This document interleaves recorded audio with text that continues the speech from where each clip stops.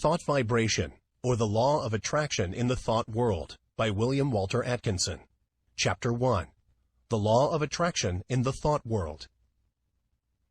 The universe is governed by law, one great law. Its manifestations are multiform, but viewed from the ultimate, there is but one law. We are familiar with some of its manifestations, but are almost totally ignorant of certain others. Still, we are learning a little more every day. The veil is being gradually lifted. We speak learnedly of the law of gravitation, but ignore that equally wonderful manifestation, the law of attraction in the thought world. We are familiar with that wonderful manifestation of law which draws and holds together the atoms of which matter is composed. We recognize the power of the law that attracts bodies to the earth, that holds the circling worlds in their places. But we close our eyes to the mighty law that draws to us the things we desire or fear. When we come to see that thought is a force, a manifestation of energy, having a magnet-like power of attraction, we will begin to understand the why and wherefore of many things that have heretofore seemed dark to us. There is no study that will so well repay the student for his time and trouble as the study of the workings of this mighty law of the world of thought, the law of attraction. When we think, we send out vibrations of a fine ethereal substance, which are as real as the vibrations manifesting light, heat, electricity, and magnetism. That these vibrations are not evident to our five senses is no proof that they do not exist. A powerful magnet will send out vibrations and exert a force sufficient to attract to itself a piece of steel weighing 100 pounds, but we can neither see, taste, smell, hear, nor feel the mighty force. These thought vibrations, likewise, cannot be seen, tasted, smelled, heard, nor felt in the ordinary way. Although it is true that there are on record cases of persons peculiarly sensitive to psychic impressions who have perceived powerful thought waves, and very many of us can testify that we have distinctly felt the thought vibrations of others, both whilst in the presence of the sender and at a distance. Telepathy and its kindred phenomena are not idle dreams. Light and heat are manifested by vibrations of a far lower intensity than those of thought, but the difference is solely in the rate of vibration. The annals of science throw an interesting light upon this question. Professor Elisha Gray, an eminent scientist, says in his little book, The Miracles of Nature, "There is much food for speculation in the thought that there exist sound waves that no human ear can hear, and color waves of light that no eye can see. The long, dark, soundless space between 40,000 and 400 trillion vibrations per second, and the infinity of range beyond 700 trillion vibrations per second, where light ceases in the universe of motion, makes it possible to indulge in speculation." M. Williams, in his work entitled Short Chapters in Science, says, "There is no gradation between the most rapid undulations or tremblings that produce our sensation of sound and the slowest of those which give rise to our sensations of gentlest warmth. There is a huge gap between them, wide enough to include another world of motion, all lying between our worlds of sound and our world of heat and light. And there is no good reason whatever for supposing that matter is incapable of such intermediate activity, or that such activity may not give rise to intermediate sensations, provided there are organs for taking up and sensifying their movements." I cite the above authorities merely to give you food for thought, not to attempt to demonstrate to you the fact that thought vibrations exist. The last-named fact has been fully established to the satisfaction of numerous investigators of the subject, and a little reflection will show you that it coincides with your own experiences. We often hear repeated the well-known mental science statement, "Thoughts are things," and we say these words over without consciously realizing just what is the meaning of the statement. If we fully comprehended the truth of the statement and the natural consequences of the truth back of it, we should understand many things which have appeared dark to us, and would be able to use the wonderful power thought force just as we use any other manifestation of energy. As I have said, when we think, we set into motion vibrations of a very high degree, but just as real as the vibrations of light, heat, sound, or electricity. And when we understand the laws governing the production and transmission of these vibrations, we will be able to use them in our daily life, just as we do the better-known forms of energy. That we cannot see, hear, weigh, or measure these vibrations is no proof that they do not exist. There exist waves of sound which no human ear can hear, although some of these are undoubtedly registered by the ear of some of the insects, and others are caught by delicate scientific instruments invented by man. Yet there is a great gap between the sounds registered by the most delicate instrument and the limit which man's mind, reasoning by analogy, knows to be the boundary line between sound waves and some other forms of vibration. And there are light waves which the eye of man does not register, some of which may be detected by more delicate instruments, and many more so fine that the instrument has not yet been invented which will detect them, although improvements are being made every year, and the unexplored field gradually lessened. As new instruments are invented, new vibrations are registered by them. And yet the vibrations were just as real before the invention of the instrument as afterward. Supposing that we had no instruments to register magnetism, one might be justified in denying the existence of that mighty force, because it could not be tasted, felt, smelt, heard, seen, weighted, or measured. And yet, the mighty magnet would still send out waves of force sufficient to draw to it pieces of steel weighing hundreds of pounds. Each form of vibration requires its own form of instrument for registration. At present, the human brain seems to be the only instrument capable of registering thought waves, although occultists say that in this century, scientists will invent apparatus sufficiently delicate to catch and register such impressions. And from present indications, it looks as if the invention named might be expected at any time. The demand exists and undoubtedly will be soon supplied. But to those who have experimented along the lines of practical telepathy, no further proof is required than the results of their own experiments. We are sending out thoughts of greater or less intensity all the time, and we are reaping the results of such thoughts. Not only do our thought waves influence ourselves and others, but they have a drawing power. They attract to us the thoughts of others, things, circumstances, people, luck, in accord with the character of the thought uppermost in our minds. Thoughts of love will attract to us the love of others, circumstances and surroundings in accord with the thought, people who are of like thought. Thoughts of anger, hate, envy, malice, and jealousy will draw to us the foul brood of kindred thoughts emanating from the minds of others, circumstances in which we will be called upon to manifest these vile thoughts and will receive them in turn from others, people who will manifest in harmony, and so on. A strong thought, or a thought long continued, will make us the center of attraction for the corresponding thought waves of others. Like attracts like in the thought world. As ye sow, so shall ye reap. Birds of a feather flock together in the thought world. Curses, like chickens, come home to roost, and bringing their friends with them. The man or woman who is filled with love sees love on all sides and attracts the love of others. The man with hate in his heart gets all the hate he can stand. The man who thinks fight generally runs up against all the fight he wants before he gets through. And so it goes. Each gets what he calls for over the wireless telegraphy of the mind. The man who rises in the morning feeling grumpy usually manages to have the whole family in the same mood before the breakfast is over. The nagging woman generally finds enough to gratify her nagging propensity during the day. This matter of thought attraction is a serious one. When you stop to think of it, you will see that a man really makes his own surroundings, although he blames others for it. I have known people who understand this law to hold a positive, calm thought and be absolutely unaffected by the inharmony surrounding them. They were like the vessel from which the oil had been poured on the troubled waters. They rested safely and calmly, whilst the tempest raged around them. One is not at the mercy of the fitful storms of thought after he has learned the workings of the law. We have passed through the age of physical force onto the age of intellectual supremacy, and are now entering a new and almost unknown field, that of psychic power.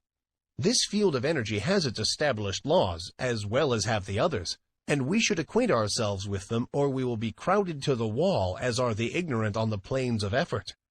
I will endeavor to make plain to you the great underlying principles of this new field of energy which is opening up before us, that you may be able to make use of this great power and apply it for legitimate and worthy purposes, just as men are using steam, electricity, and other forms of energy today.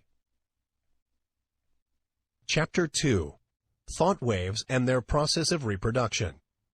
Like a stone thrown into the water, thought produces ripples and waves which spread out over the great ocean of thought. There is this difference, however. The waves on the water move only on a level plane in all directions, whereas thought waves move in all directions from a common center, just as do the rays from the sun. Just as we here on earth are surrounded by a great sea of air, so are we surrounded by a great sea of mind. Our thought waves move through this vast mental ether, extending, however, in all directions, as I have explained, becoming somewhat lessened in intensity according to the distance traversed, because of the friction occasioned by the waves coming in contact with the great body of mind surrounding us on all sides. These thought waves have other qualities differing from the waves on the water. They have the property of reproducing themselves. In this respect, they resemble sound waves rather than waves upon the water. Just as a note of the violin will cause the thin glass to vibrate and sing, so will a strong thought tend to awaken similar vibrations in minds attuned to receive it. Many of the stray thoughts which come to us are but reflections or answering vibrations to some strong thought set out by another. But unless our minds are attuned to receive it, the thought will not likely affect us. If we are thinking high and great thoughts, our minds acquire a certain keynote corresponding to the character of the thoughts we have been thinking, and, this keynote once established, will be apt to catch the vibrations of other minds keyed to the same thought. On the other hand, let us get into the habit of thinking thoughts of an opposite character, and we will soon be echoing the low order of thought emanating from the minds of the thousands thinking along the same lines. We are largely what we have thought ourselves into being, the balance being represented by the character of the suggestions and thoughts of others, which have reached us either directly by verbal suggestions or telepathically by means of such thought waves.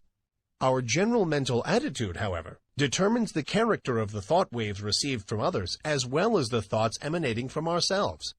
We receive only such thoughts as are in harmony with the general mental attitude held by ourselves, the thoughts not in harmony affecting us very little, as they awaken no response in us. The man who believes thoroughly in himself and maintains a positive, strong mental attitude of confidence and determination is not likely to be affected by the adverse and negative thoughts of discouragement and failure emanating from the minds of other persons in whom these last qualities predominate.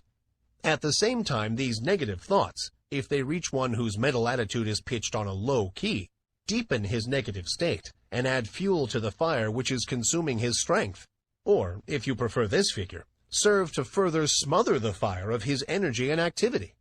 We attract to us the thoughts of others of the same order of thought. The man who thinks success will be apt to get into tune with the minds of others thinking likewise, and they will help him, and he them. The man who allows his mind to dwell constantly upon thoughts of failure brings himself into close touch with the minds of other failure people, and each will tend to pull the other down still more. The man who thinks that all is evil is apt to see such evil, and will be brought into contact with others who will seem to prove his theory. And the man who looks for good in everything and everybody will be likely to attract to himself the things and people corresponding to his thought. We generally see that for which we look.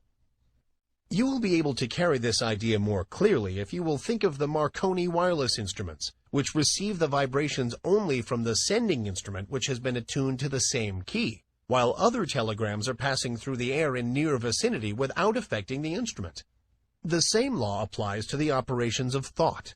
We receive only that which corresponds to our mental attunement. If we have been discouraged, we may rest assured that we have dropped into a negative key, and have been affected not only by our own thoughts, but have also received the added depressing thoughts of similar character, which are constantly being sent out from the minds of other unfortunates who have not yet learned the law of attraction in the thought world. And if we occasionally rise to heights of enthusiasm and energy, how quickly we feel the inflow of the courageous, daring, energetic, positive thoughts being sent out by the live men and women of the world. We recognize this without much trouble when we come in personal contact with people and feel their vibrations, depressing or invigorating as the case may be. But the same law operates when we are not in their presence, although less strongly. The mind has many degrees of pitch, ranging from the highest positive note to the lowest negative note, with many notes in between, varying in pitch according to their respective distance from the positive or negative extreme. When your mind is operating along positive lines, you feel strong, buoyant, bright, cheerful, happy, confident, and courageous, and are enabled to do your work well, to carry out your intentions, and progress on your roads to success. You send out strong positive thought, which affects others and causes them to cooperate with you or to follow your lead, according to their own mental keynote. When you are playing on the extreme negative end of the mental keyboard, you feel depressed, weak, passive, dull, fearful, and cowardly. And you find yourself unable to make progress or to succeed. And your effect upon others is practically nil. You are led by, rather than leading others, and are used as a human doormat or football by more positive persons. In some persons, the positive element seems to predominate, and in others, the negative quality seems to be more in evidence. There are, of course, widely varying degrees of positiveness and negativeness, and B may be negative to A while positive to C. When two people first meet, there is generally a silent mental conflict in which their respective minds test their quality of positiveness and fix their relative position toward each other. This process may be unconscious in many cases, but it occurs nonetheless. The adjustment is often automatic, but occasionally the struggle is so sharp, the opponents being so well matched, that the matter forces itself into the consciousness of the two people. Sometimes both parties are so much alike in their degree of positiveness that they fail to come to terms mentally. They never really are able to get along with each other, and they are either mutually repelled and separate, or else stay together amid constant broils and wrangling. We are positive or negative to everyone with whom we have relations. We may be positive to our children, our employees and dependents, but we are at the same time negative to others to whom we occupy inferior positions, or whom we have allowed to assert themselves over us. Of course, something may occur and we will suddenly become more positive than the man or woman to whom we have heretofore been negative. We frequently see cases of this kind, and as the knowledge of these mental laws becomes more general, we will see many more instances of persons asserting themselves and making use of their newfound power. But remember, you possess the power to raise the keynote of your mind to a positive pitch by an effort of the will. And, of course, it is equally true that you may allow yourself to drop into a low negative note by carelessness or a weak will. There are more people on the negative plane of thought than on the positive plane, and consequently, there are more negative thought vibrations in operation in our mental atmosphere.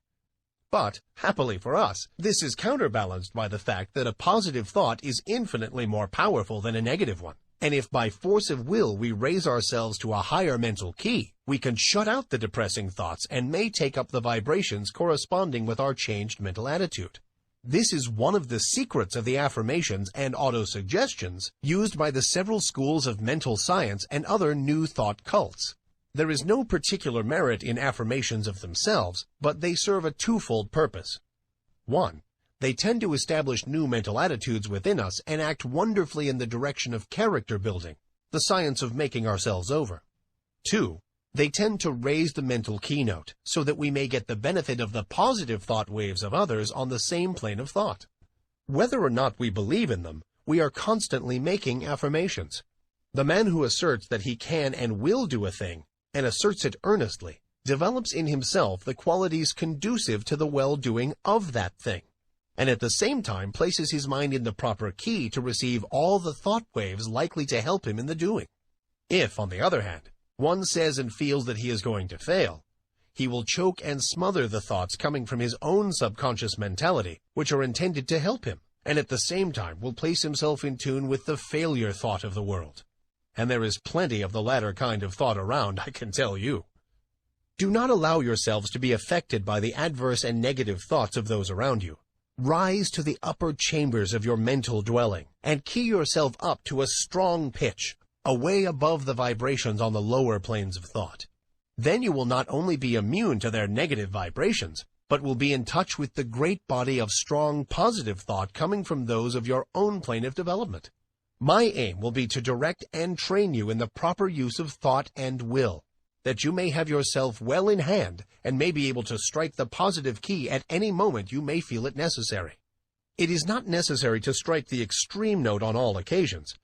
The better plan is to keep yourself in a comfortable key, without much strain, and to have the means at command whereby you can raise the pitch at once when occasion demands. By this knowledge, you will not be at the mercy of the old automatic action of the mind, but may have it well under your own control. Development of the will is very much like the development of a muscle, a matter of practice and gradual improvement. At first it is apt to be tiresome, but at each trial one grows stronger until the new strength becomes real and permanent.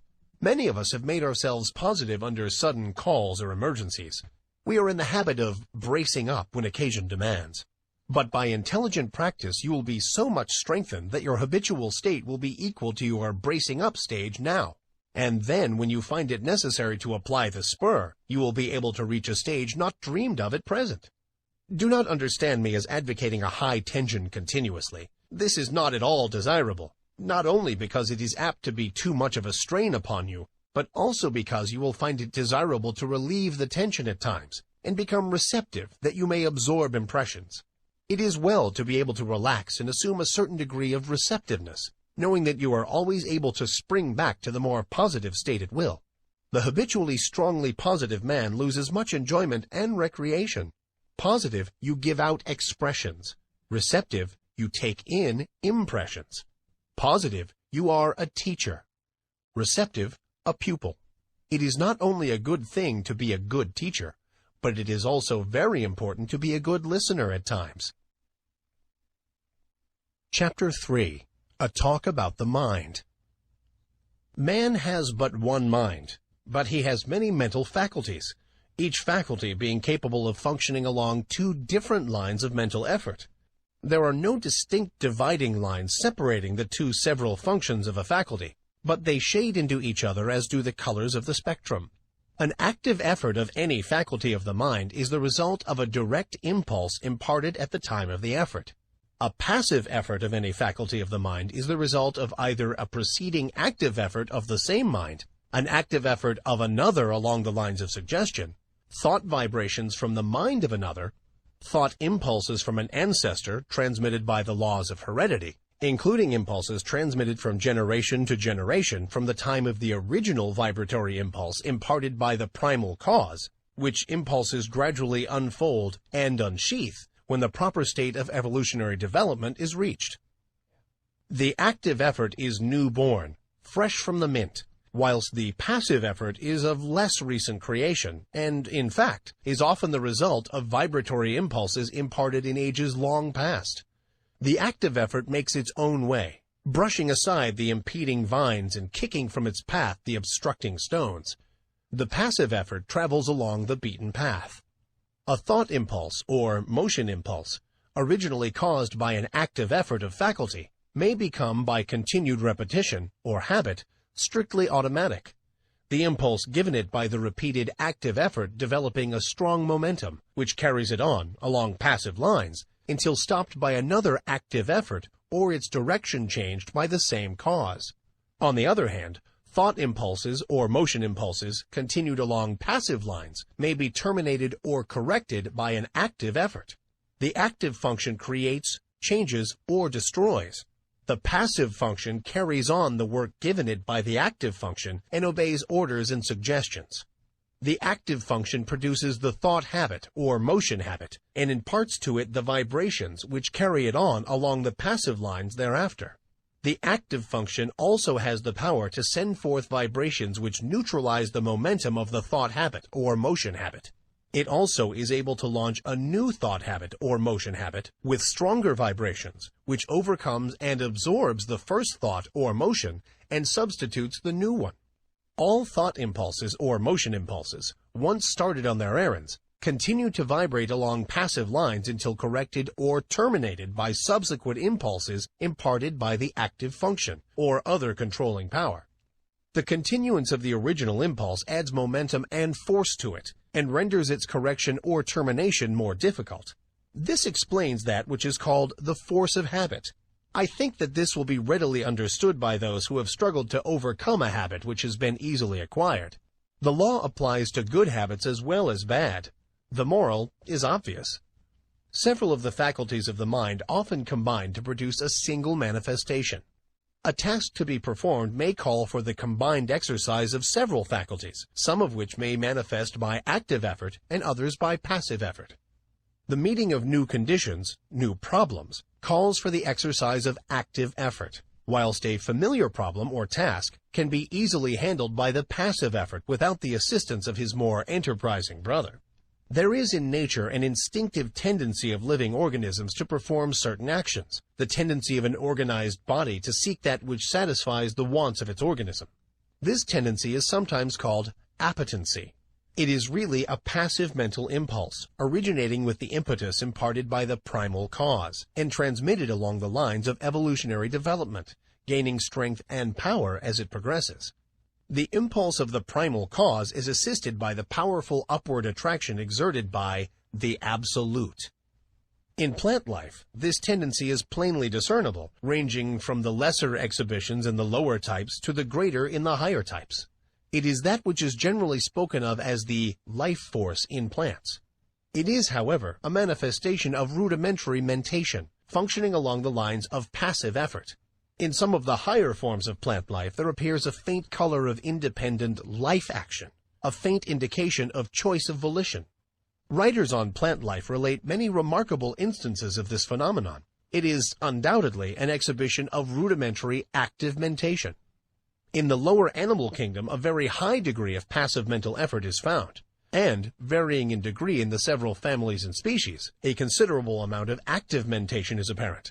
The lower animal undoubtedly possesses reason, only in a lesser degree than man, and, in fact, the display of volitional mentation exhibited by an intelligent animal is often nearly as high as that shown by the lower types of man or by a young child.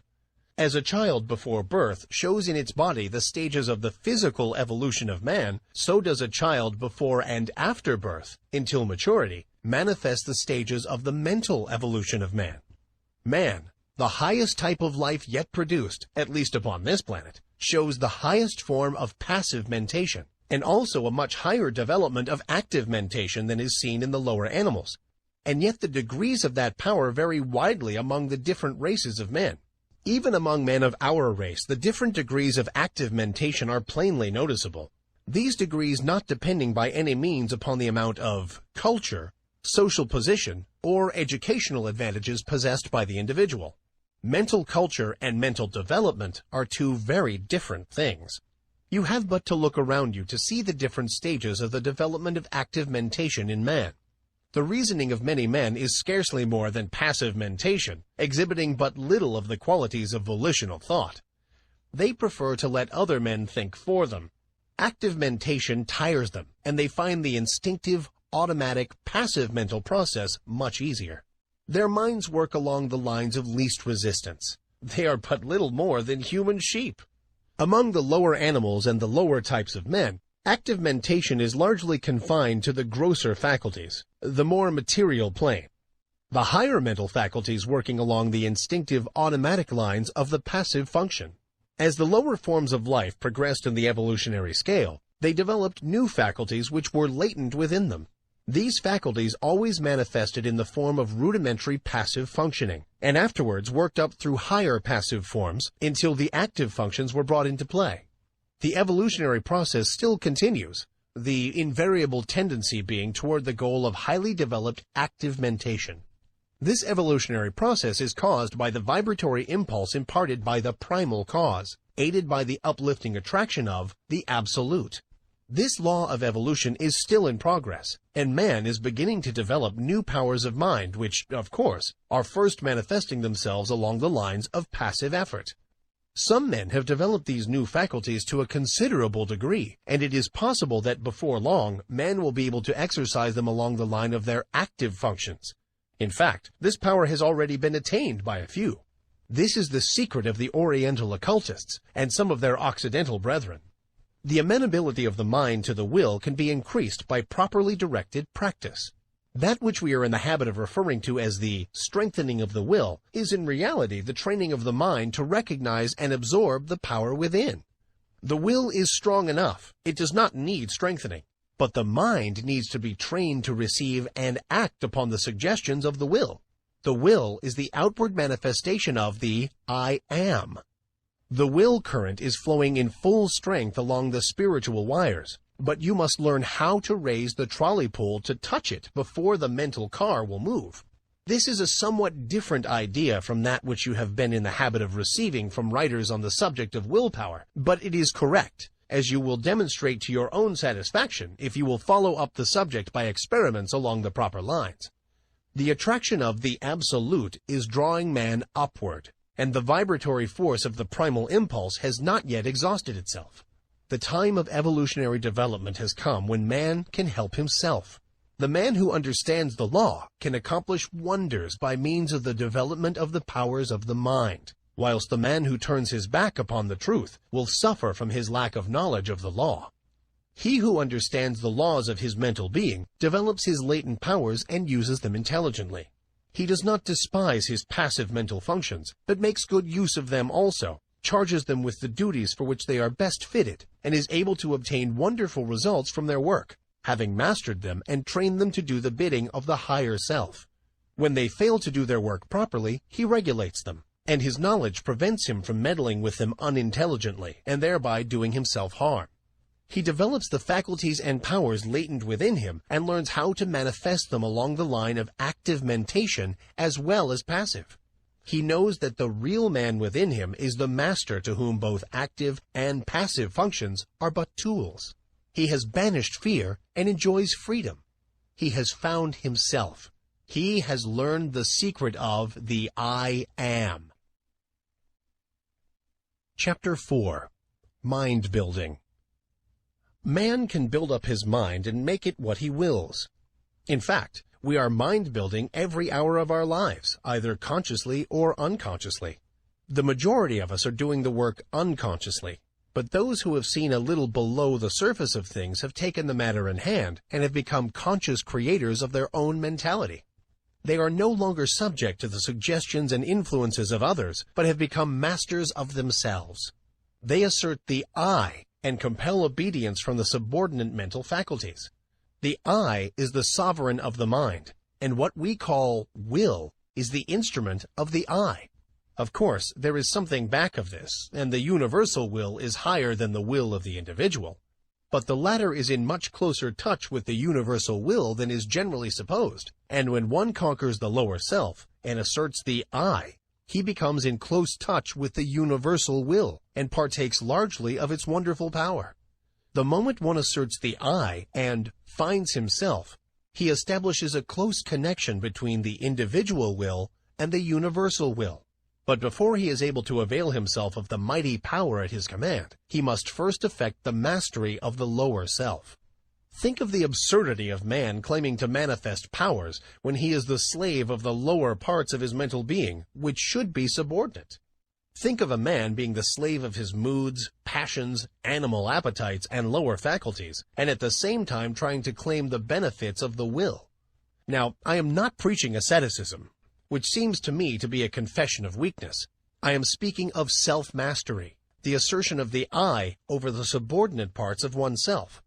In the higher view of the subject, this I is the only real self, and the rest is the non-self. But our space does not permit the discussion of this point, and we will use the word self as meaning the entire man. Before a man can assert the I in its full strength, he must obtain the complete mastery of the subordinate parts of the self. All things are good when we learn to master them, but no thing is good when it masters us. Just so long as we allow the lower portions of the self to give us orders, we are slaves. It is only when the I mounts his throne and lifts the scepter that order is established and things assume their proper relation to each other. We are finding no fault with those who are swayed by their lower selves. They are in a lower grade of evolution and will work up in time. But we are calling the attention of those who are ready to the fact that the sovereign must assert his will and that the subjects must obey. Orders must be given and carried out. Rebellion must be put down, and the rightful authority insisted upon. And the time to do it is now. You have been allowing your rebellious subjects to keep the king from his throne. You have been allowing the mental kingdom to be misgoverned by irresponsible faculties.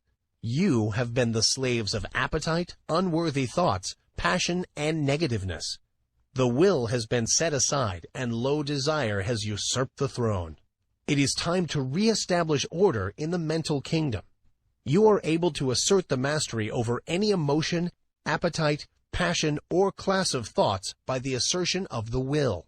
You can order fear to go to the rear, jealousy to leave your presence, hate to depart from your sight, anger to hide itself, worry to cease troubling you, uncontrolled appetite and passion to bow in submission and to become humble slaves instead of masters, all by the assertion of the I.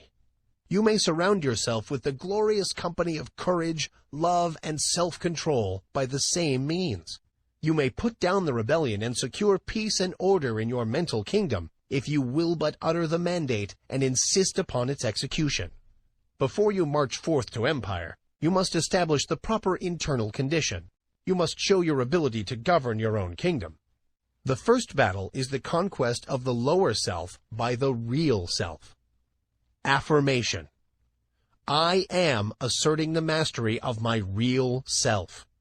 Repeat these words earnestly and positively during the day at least once an hour, and particularly when you are confronted with conditions which tempt you to act on the lines of the lesser self instead of following the course dictated by the real self. In the moment of doubt and hesitation, say these words earnestly, and your way will be made clear to you. Repeat them several times after you retire and settle yourself to sleep. But be sure to back up the words with the thought inspiring them, and do not merely repeat them parrot-like. Form the mental image of the real self, asserting its mastery over the lower planes of your mind. See the king on his throne. You will become conscious of an influx of new thought, and things which have seemed hard for you will suddenly become much easier. You will feel that you have yourself well in hand, and that you are the master and not the slave. The thought you are holding will manifest itself in action, and you will steadily grow to become that which you have in mind. Exercise. Fix the mind firmly on the higher self and draw inspiration from it when you feel led to yield to the promptings of the lower part of your nature. When you are tempted to burst into anger, assert the I, and your voice will drop. Anger is unworthy of the developed self. When you feel vexed and cross, remember what you are, and rise above your feeling. When you feel fearful, remember that the real self fears nothing, and assert courage. When you feel jealousy inciting, think of your higher nature and laugh. And so on, asserting the real self and not allowing the things on the lower plane of mentality to disturb you.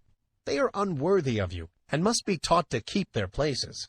Do not allow these things to master you. They should be your subjects, not your masters. You must get away from this plane, and the only way to do so is to cut loose from these phases of thought which have been running things to suit themselves.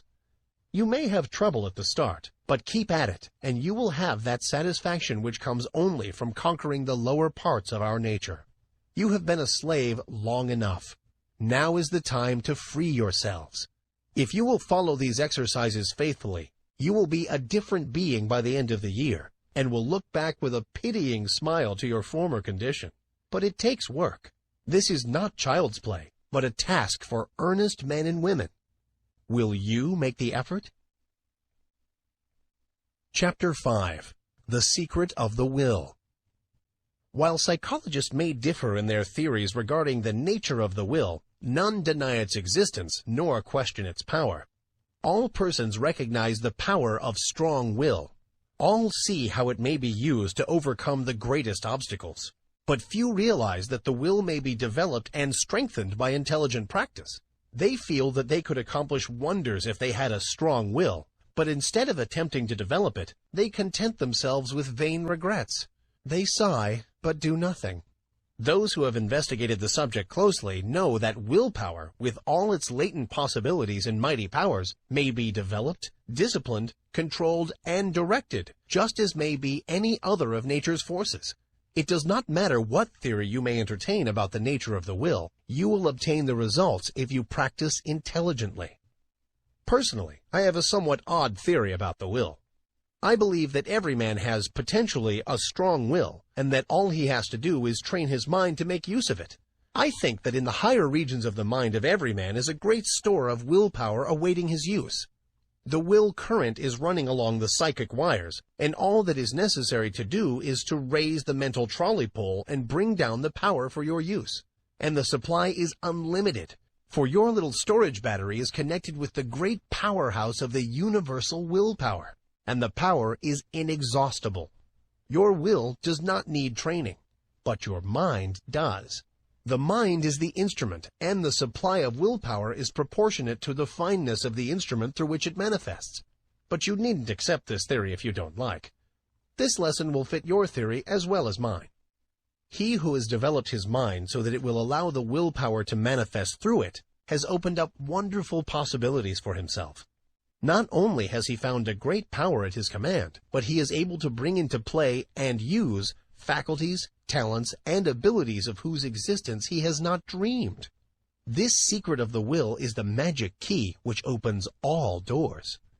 The late Donald G. Mitchell once wrote, "Resolve is what makes a man manifest. Not puny resolve, but crude determination.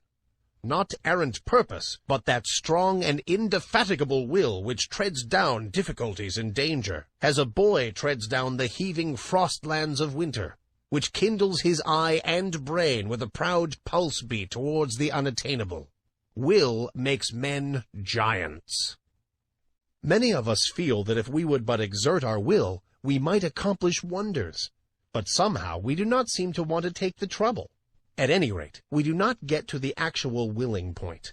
We put it off from time to time and talk vaguely of someday, but that someday never comes. We instinctively feel the power of the will, but we haven't enough energy to exercise it, and so drift along with the tide, unless perhaps some friendly difficulty arises, some helpful obstacle appears on our path, or some kindly pain stirs us into action, in either of which cases we are compelled to assert our will and thus begin to accomplish something. The trouble with us is that we do not want to do the thing enough to make us exert our willpower. We don't want to hard enough. We are mentally lazy and of weak desire. If you do not like the word desire, substitute for it the word aspiration. Some people call the lower impulses desires, and the higher aspirations. It's all a matter of words. Take your choice. That is the trouble. Let a man be in danger of losing his life. Let a woman be in danger of losing a great love, and you will witness a startling exhibition of willpower from an unexpected source. Let a woman's child be threatened with danger, and she will manifest a degree of courage and will that sweeps all before it. And yet the same woman will quail before a domineering husband, and will lack the will to perform a simple task. A boy will do all sorts of work if he but considers it play, and yet he can scarcely force himself to cut a little firewood.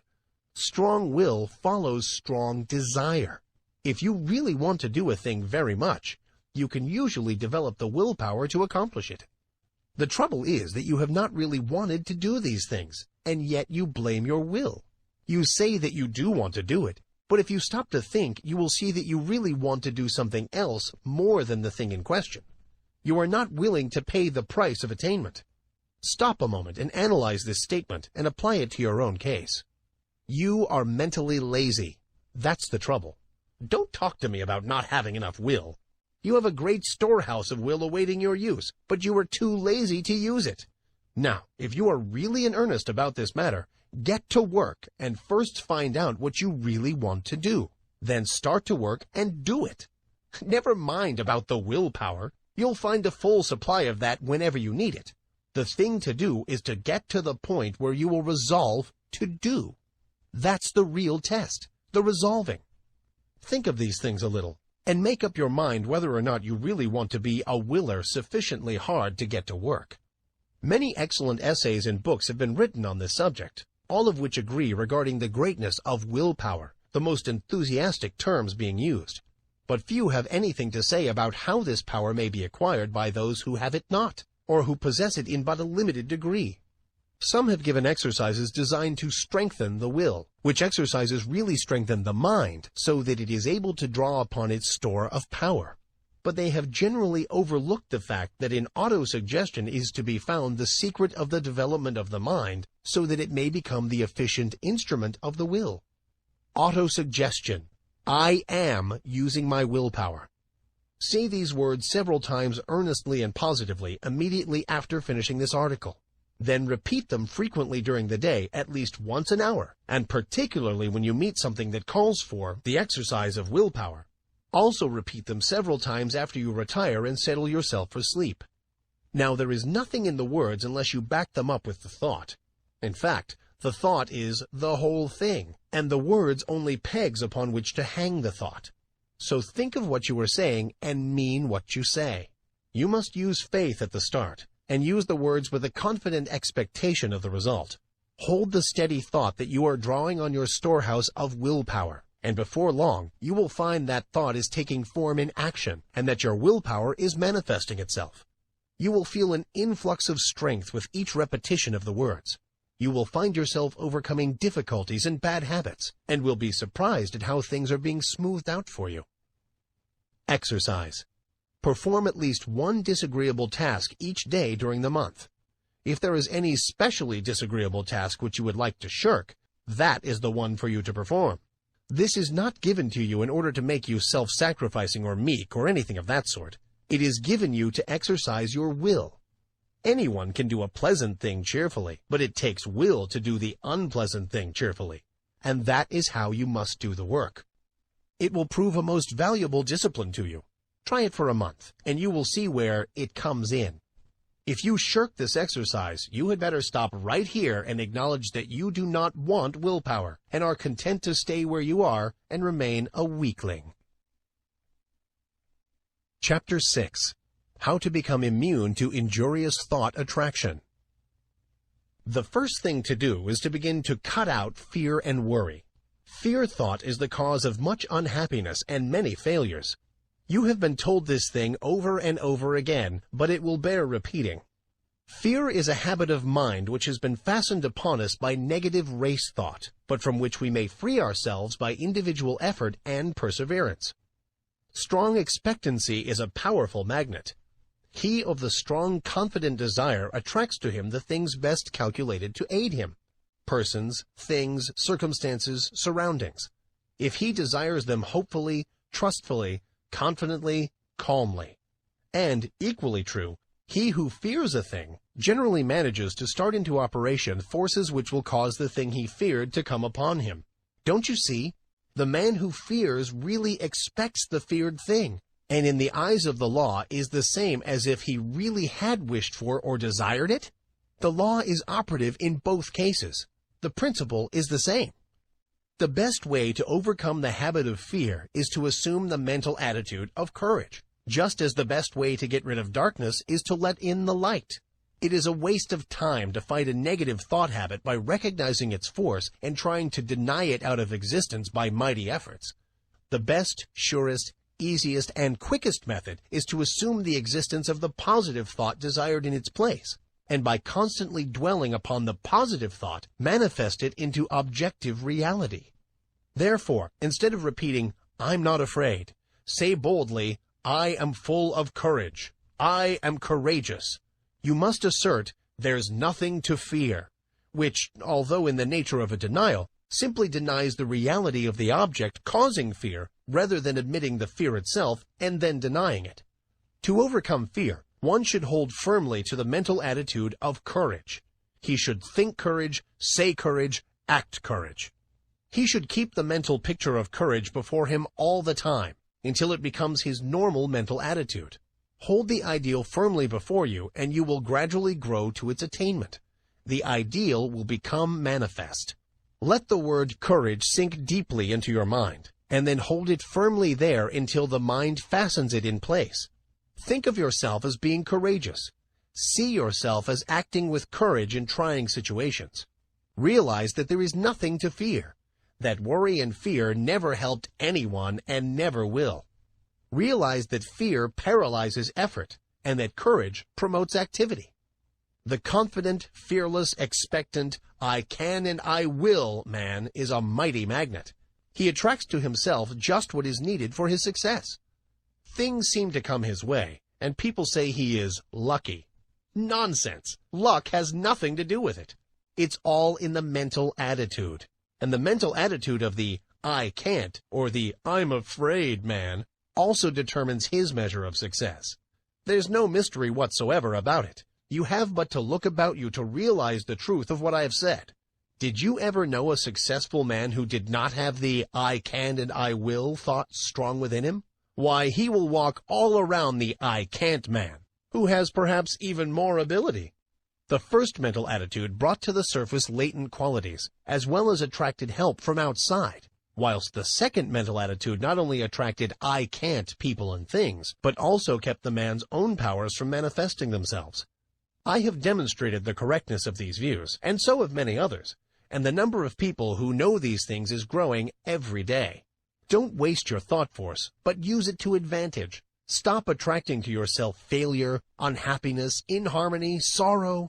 Begin now and send out a current of bright, positive, happy thought. Let your prevailing thought be, I can and I will. Think, I can and I will. Dream, I can and I will. Say, I can and I will. And act, I can and I will. Live on the I can and I will plane, and before you are aware of it, you will feel the new vibrations manifesting themselves in action, will see them bring results, will be conscious of the new point of view, will realize that your own is coming to you. You will feel better, act better, see better, be better in every way after you join the I can and I will brigade. Fear is the parent of worry, hate, jealousy, malice, anger, discontent, failure, and all the rest. The man who rids himself of fear will find that the rest of the brood have disappeared. The only way to be free is to get rid of fear. Tear it out by the roots. I regard the conquest of fear as the first important step to be taken by those who wish to master the application of thought force. So long as fear masters you, you are in no condition to make progress in the realm of thought, and I must insist that you start to work at once to get rid of this obstruction. You can do it, if you only go about it in earnest. And when you have ridded yourself of the vile thing, life will seem entirely different to you. You will feel happier, freer, stronger, more positive, and will be more successful in every undertaking of life. Start it today. Make up your mind that this intruder must go. Do not compromise matters with him, but insist upon an absolute surrender on his part. You will find the task difficult at first, but each time you oppose him, he will grow weaker, and you will be stronger. Shut off his nourishment. Starve him to death. He cannot live in a thought atmosphere of fearlessness. So, start to fill your mind with good, strong, fearless thoughts. Keep yourself busy thinking fearlessness, and fear will die of his own accord. Fearlessness is positive. Fear is negative, and you may be sure that the positive will prevail. So long as fear is around with his but, if, suppose, I'm afraid, I can't, what if, and all the rest of his cowardly suggestions, you will not be able to use your thought force to the best advantage. Once you get him out of the way, you will have clear sailing, and every inch of thought sail will catch the wind. He is a Jonah. Overboard with him. The whale who swallows him will have my sympathy. I advise that you start in to do some of the things which you feel you could do if you were not afraid to try. Start to work to do these things, affirming courage all the way through, and you will be surprised to see how the changed mental attitude will clear away obstacles from your path, and will make things very much easier than you had anticipated. Exercises of this kind will develop you wonderfully, and you will be much gratified at the result of a little practice along these lines. There are many things before you awaiting accomplishment, which you can master if you will only throw aside the yoke of fear, if you will only refuse to accept the race suggestion, and will boldly assert the I and its power. And the best way to vanquish fear is to assert courage and to stop thinking of fear. By this plan, you will train the mind into new habits of thought, thus eradicating the old negative thoughts which have been pulling you down and holding you back. Take the word courage with you as your watchword and manifest it in action. Remember, the only thing to fear is fear, and, well, don't even fear fear, for he's a cowardly chap at the best, who will run if you show a brave front. Chapter 7. The Transmutation of Negative Thought. Worry is the child of fear. If you kill out fear, worry will die for want of nourishment. This advice is very old, and yet it is always worthy of repetition, for it is a lesson of which we are greatly in need. Some people think that if we kill out fear and worry, we will never be able to accomplish anything. I have read editorials in the great journals in which the writers held that without worry, one can never accomplish any of the great tasks of life, because worry is necessary to stimulate interest and work. This is nonsense, no matter who utters it. Worry never helped one to accomplish anything. On the contrary, it stands in the way of accomplishment and attainment. The motive underlying action and doing things is desire and interest.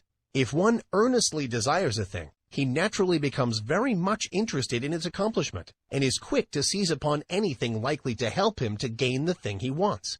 More than that, his mind starts up a work on the subconscious plane that brings into the field of consciousness many ideas of value and importance. Desire and interest are the causes that result in success. Worry is not desire.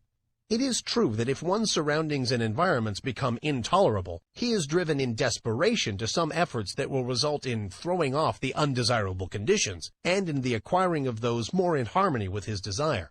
But this is only another form of desire. The man desires something different from what he has, and when his desire becomes strong enough that his entire interest is given to the task, he makes a mighty effort, and the change is accomplished. But it wasn't worry that caused the effort.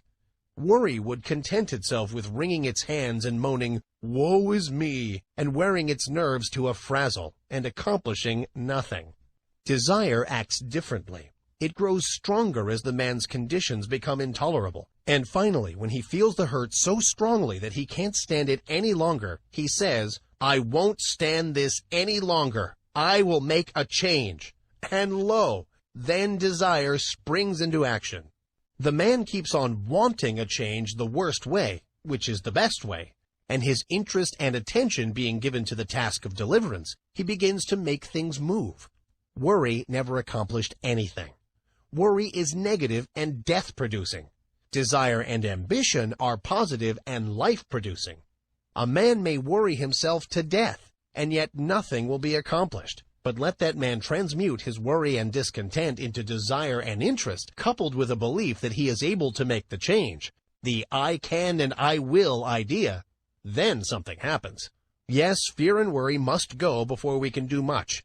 One must proceed to cast out these negative intruders and replace them with confidence and hope.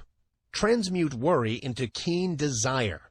Then you will find that interest is awakened, and you will begin to think things of interest to you. Thoughts will come to you from the great reserve stock in your mind, and you will start to manifest them in action. Moreover, you will be placing yourself in harmony with similar thoughts of others, and will draw to you aid and assistance from the great volume of thought waves with which the world is filled. One draws to himself thought waves corresponding in character with the nature of the prevailing thoughts in his one mind, his mental attitude. Then again he begins to set into motion the great law of attraction, whereby he draws to him others likely to help him, and is, in turn, attracted to others who can aid him. This law of attraction is no joke, no metaphysical absurdity, but is a great live working principle of nature, and anyone may learn by experimenting and observing. To succeed in anything, you must want it very much. Desire must be in evidence in order to attract. The man of weak desires attracts very little to himself. The stronger the desire, the greater the force set into motion. You must want a thing hard enough before you can get it. You must want it more than you do the things around you, and you must be prepared to pay the price for it. The price is the throwing overboard of certain lesser desires that stand in the way of the accomplishment of the greater one. Comfort, ease, leisure, amusements, and many other things may have to go. Not always, though. It all depends on what you want. As a rule, the greater the thing desired, the greater the price to be paid for it. Nature believes in adequate compensation, but if you really desire a thing in earnest, you will pay the price without question, for the desire will dwarf the importance of the other things. You say that you want a thing very much and are doing everything possible toward its attainment? Pshaw! You are only playing desire. Do you want the thing as much as a prisoner wants freedom? As much as a dying man wants life? Look at the almost miraculous things accomplished by prisoners desiring freedom. Look how they work through steel plates and stone walls with a bit of stone. Is your desire as strong as that? Do you work for the desired thing as if your life depended on it? Nonsense! You don't know what desire is. I tell you, if a man wants a thing as much as the prisoner wants freedom, or as much as a strongly vital man wants life, then that man will be able to sweep away obstacles and impediments apparently immovable. The key to attainment is desire, confidence, and will. This key will open many doors. Fear paralyzes desire. It scares the life out of it. You must get rid of fear. There have been times in my life when fear would get hold of me and take a good firm grip on my vitals, and I would lose all hope, all interest, all ambition, all desire. But, thank the Lord, I have always managed to throw off the grip of the monster and face my difficulty like a man. And lo, things would seem to be straightened out for me somehow. Either the difficulty would melt away, or I would be given means to overcome, or get around, or under or over it. It is strange how this works. No matter how great is the difficulty, when we finally face it with courage and confidence in ourselves, we seem to pull through somehow, and then we begin to wonder what we were scared about. This is not a mere fancy. It is the working of a mighty law, which we do not as yet fully understand, but which we may prove at any time. People often ask, "It's all very well for you New Thought people to say, 'Don't worry,' but what's a person to do when he thinks of all the possible things ahead of him which might upset him and his plans?" Well, all that I can say is that the man is foolish to bother about thinking of troubles to come at some time in the future. The majority of things that we worry about don't come to pass at all. A large proportion of the others come in a milder form than we had anticipated, and there are always other things which come at the same time which help us to overcome the trouble. The future holds in store for us not only difficulties to be overcome, but also agents to help us in overcoming the difficulties. Things adjust themselves. We are prepared for any trouble which may come upon us, and when the time comes, we somehow find ourselves able to meet it. God not only tempers the wind to the shorn lamb, but he also tempers the shorn lamb to the wind. The winds and the shearing do not come together. There is usually enough time for the lamb to get seasoned, and then he generally grows new wool before the cold blast comes. It has been well said that 9/10 of the worries are over things which never comes to pass, and that the other 10th is over things of little or no account. So what's the use of using up all your reserve force and fretting over future troubles if this be so? Better wait until your troubles really come before you worry. You will find that by this storing up of energy, you will be able to meet about any sort of trouble that comes your way. What is it that uses up all the energy in the average man or woman anyway? Is it the real overcoming of difficulties or the worrying about impending troubles? It's always tomorrow, tomorrow, and yet tomorrow never comes just as we feared it would. Tomorrow is all right. It carries in its grip good things as well as troubles. Bless my soul, when I sit down and think over the things which I once feared might possibly descend upon me, I laugh. Where are those feared things now? I don't know. Have almost forgotten that I ever feared them. You do not need to fight worry. That isn't the way to overcome the habit. Just practice concentration and then learn to concentrate upon something right before you, and you will find that the worry thought has vanished. The mind can think of but one thing at a time, and if you concentrate upon a bright thing, the other thing will fade away. There are better ways of overcoming objectionable thoughts than by fighting them. Learn to concentrate upon thoughts of an opposite character, and you will have solved the problem. When the mind is full of worry thoughts, it cannot find time to work out plans to benefit you. But when you have concentrated upon bright, helpful thoughts, you will discover that it will start to work subconsciously. And when the time comes, you will find all sorts of plans and methods by which you will be able to meet the demands upon you. Keep your mental attitude right, and all things will be added unto you. There's no sense in worrying. Nothing has ever been gained by it, and nothing ever will be. Bright, cheerful, and happy thoughts attract bright, cheerful, and happy things to us. Worry drives them away. Cultivate the right mental attitude. Chapter 8. The Law of Mental Control.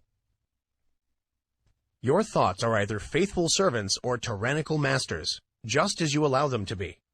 You have the say about it. Take your choice. They will either go about your work under direction of the firm will, doing it the best they know how, not only in your waking hours, but when you are asleep. Some of our best mental work being performed for us when our conscious mentality is at rest, as is evidenced by the fact that when the morning comes, we find troublesome problems have been worked out for us during the night.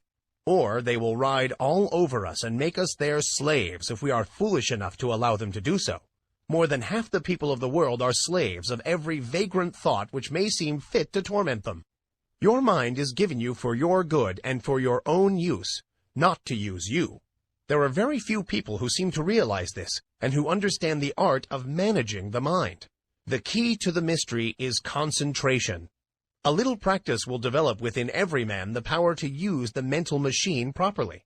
When you have some mental work to do, concentrate upon it to the exclusion of everything else, and you will find that the mind will get right down to business, to the work at hand, and matters will be cleared up in no time. There is an absence of friction, and all waste motion or lost power is obviated. Every pound of energy is put to use, and every revolution of the mental driving wheel counts for something. It pays to be able to be a competent mental engineer, and the man who understands how to run his mental engine knows that one of the important things is to be able to stop it when the work has been done. He does not keep putting coal in the furnace and maintaining a high pressure after the work is finished, or when the day's portion of the work has been done. Some people act as if the engine should be kept running whether there was any work to be done or not, and then they complain if it gets worn out and wobbles and needs repairing. These mental engines are fine machines and need intelligent care. To those who are acquainted with the laws of mental control, it seems absurd for one to lie awake at night fretting about the problems of the day, or more often, of the morrow. It is just as easy to slow down the mind as it is to slow down an engine, and thousands of people are learning to do this in these days of new thought. The best way to do it is to think of something else, as far different from the obtruding thought as possible. There is no use fighting an objectionable thought with the purpose of downing it. That is a great waste of energy, and the more you keep on saying, "I won't think of this thing," the more it keeps on coming into your mind, for you are holding it there for the purpose of hitting it. Let it go. Don't give it another thought. Fix the mind on something entirely different, and keep the attention there by an effort of the will. A little practice will do much for you in this direction. There is only room for one thing at a time in the focus of attention, so put all your attention upon one thought, and the others will sneak off. Try it for yourself. Chapter 9. Asserting the Life Force.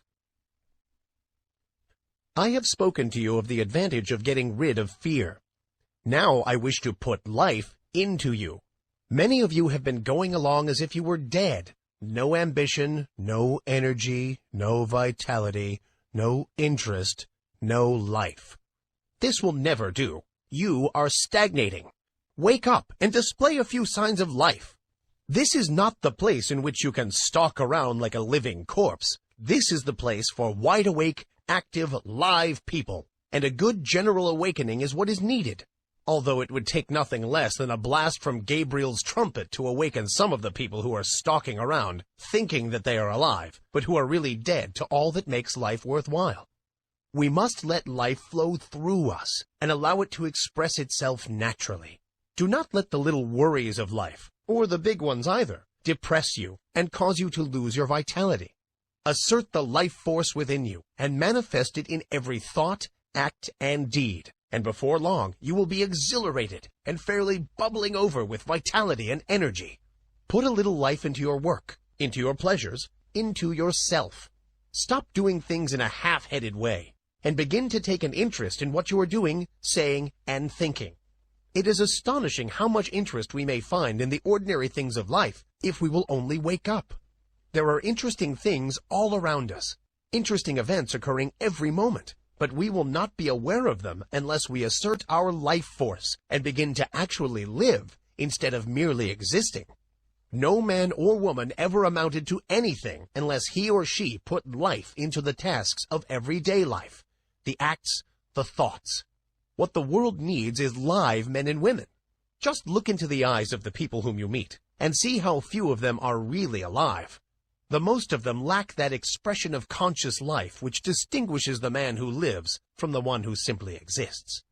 I want you to acquire this sense of conscious life so that you may manifest it in your life and show what mental science has done for you. I want you to get to work today and begin to make yourselves over according to the latest pattern. You can do this if you will only take the proper interest in the task. Affirmation and exercise. Fix in your mind the thought that the I within you is very much alive and that you are manifesting life fully, mentally and physically. And keep this thought there, aiding yourself with constant repetitions of the watchword. Don't let the thought escape you, but keep pushing it back into the mind. Keep it before the mental vision as much as possible. Repeat the watchword when you awaken in the morning. Say it when you retire at night. And say it at mealtimes, and whenever else you can during the day, at least once an hour. Form the mental picture of yourself as filled with life and energy. Live up to it as far as possible. When you start in to perform a task, say, I am alive, and mix up as much life as possible in the task. If you find yourself feeling depressed, say, I am alive, and then take a few deep breaths, and with each inhalation, let the mind hold the thought that you are breathing in strength and life, and as you exhale, hold the thought that you are breathing out all the old, dead, negative conditions, and are glad to get rid of them. Then finish up with an earnest, vigorous affirmation, I am alive, and mean it when you say it too. And let your thoughts take form in action. Don't rest content with merely saying that you are alive, but prove it with your acts. Take an interest in doing things, and don't go around mooning or daydreaming. Get down to business and live. Chapter 10. Training the Habit Mind. Professor William James, the well-known teacher of and writer upon psychology, very truly says, "The great thing in all education is to make our nervous system our ally instead of our enemy. For this we must make automatic and habitual, as early as possible, as many useful actions as we can, and as carefully guard against growing into ways that are likely to be disadvantageous. In the acquisition of a new habit, or the leaving off of an old one, we must take care to launch ourselves with as strong and decided initiative as possible. Never suffer an exception to occur until the new habit is securely rooted in your life. Seize the very first possible opportunity to act on every resolution you make, and on every emotional prompting you may experience, in the direction of the habits you aspire to gain." This advice is along the lines familiar to all students of mental science, but it states the matter more plainly than the majority of us have done. It impresses upon us the importance of passing on to the subconscious mind the proper impulses, so that they will become automatic and second nature. Our subconscious mentality is a great storehouse for all sorts of suggestions from ourselves and others, and, as it is the habit mind, we must be careful to send it the proper material from which it may make habits. If we get into the habit of doing certain things, we may be sure that the subconscious mentality will make it easier for us to do just the same thing over and over again, easier each time, until finally we are firmly bound with the ropes and chains of the habit, and find it more or less difficult, sometimes almost impossible, to free ourselves from the hateful thing. We should cultivate good habits against the hour of need. The time will come when we will be required to put forth our best efforts, and it rests with us today whether that hour of need shall find us doing the proper thing automatically and almost without thought, or struggling to do it bound down and hindered with the chains of things opposed to that which we desire at that moment. We must be on guard at all times to prevent the forming of undesirable habits. There may be no special harm in doing a certain thing today, or perhaps again tomorrow. But there may be much harm in setting up the habit of doing that particular thing. If you are confronted with the question, which of these two things should I do? The best answer is, I will do that which I would like to become a habit with me. In forming a new habit, or in breaking an old one, we should throw ourselves into the task with as much enthusiasm as possible in order to gain the most ground before the energy expends itself when it meets with friction from the opposing habits already formed. We should start in by making as strong an impression as possible upon the subconscious mentality. Then we should be constantly on guard against temptations to break the new resolution just this once. This just once idea kills off more good resolutions than any other one cause. The moment you yield just this once, you introduce the thin edge of the wedge that will, in the end, split your resolution into pieces. Equally important is the fact that each time you resist temptation, the stronger does your resolution become. Act upon your resolution as early and as often as possible, as with every manifestation of thought in action, the stronger does it become. You are adding to the strength of your original resolution every time you back it up with action. The mind has been likened to a piece of paper that has been folded. Ever afterwards it has a tendency to fold in the same crease, unless we make a new crease or fold, when it will follow the last lines. And the creases are habits. Every time we make one, it is so much easier for the mind to fold along the same crease afterward. Let us make our mental creases in the right direction. Chapter 11. The Psychology of Emotion. One is apt to think of the emotions as independent from habit. We easily may think of one acquiring habits of action, or even of thinking, but we are apt to regard the emotions as something connected with feeling, and quite divorced from intellectual effort. Yet, notwithstanding the distinction between the two, both are dependent largely upon habit, and one may repress, increase, develop, and change one's emotions, just as one may regulate habits of action and lines of thought. It is an axiom of psychology that emotions deepen by repetition. If a person allows a state of feeling to thoroughly take possession of him, he will find it easier to yield to the same emotion the second time, and so on, until the particular emotion or feeling becomes second nature to him. If an undesirable emotion shows itself inclined to take up a permanent abode with you, you had better start to work to get rid of it, or at least to master it. And the best time to do this is at the start, for each repetition renders the habit more firmly entrenched, and the task of dislodging it more difficult. Were you ever jealous? If so, you will remember how insidious was its first approach, how subtly it whispered hateful suggestions into your willing ear, and how gradually it followed up such suggestions until, finally, you began to see green. Jealousy has an effect upon the bile, and causes it to poison the blood. This is why the idea of green is always associated with it. Then you will remember how the thing seemed to grow, taking possession of you until you scarcely could shake it off. You found it much easier to become jealous the next time. It seemed to bring before you all sorts of objects apparently justifying your suspicions and feeling. Everything began to look green. The green-eyed monster waxed fat. And so it is with every feeling or emotion. If you give way to a fit of rage, you will find it easier to become angry the next time, on less provocation. The habit of feeling and acting mean does not take long to firmly settle itself in its new home if encouraged. Worry is a great habit for growing and waxing fat. People start by worrying about big things, and then begin to worry and fret about some smaller thing. And then the merest trifle worries and distresses them. They imagine that all sorts of evil things are about to befall them. If they start on a journey, they are certain there is going to be a wreck. If a telegram comes, it is sure to contain some dreadful tidings. If a child seems a little quiet, the worrying mother is positive it is going to fall ill and die. If the husband seems thoughtful, as he resolves some business plan in his mind, then the good wife is convinced that he is beginning to cease to love her, and indulges in a crying spell. And so it goes. Worry, worry, worry. Each indulgence making the habit more at home. After a while, the continued thought shows itself in action. Not only is the mind poisoned by the blue thoughts, but the forehead shows deep lines between the eyebrows, and the voice takes on that whining, rasping tone so common among worry-burdened people. The condition of mind known as fault-finding is another emotion that grows fat with exercise. First, fault is found with this thing, then with that, and finally with everything. The person becomes a chronic nagger, a burden to friends and relatives, and a thing to be avoided by outsiders. Women make the greatest naggers, not because men are any better, but simply because a man-nagger is apt to have the habit knocked out of him by other men who will not stand his nonsense. He finds that he is making things too hot for himself, and he reforms, while a woman has more of a chance to indulge in the habit.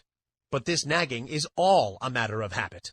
It grows from small beginnings, and each time it is indulged in, it throws out another root, branch, or tendril, and fastens itself the closer to the one who has given it soil in which to grow.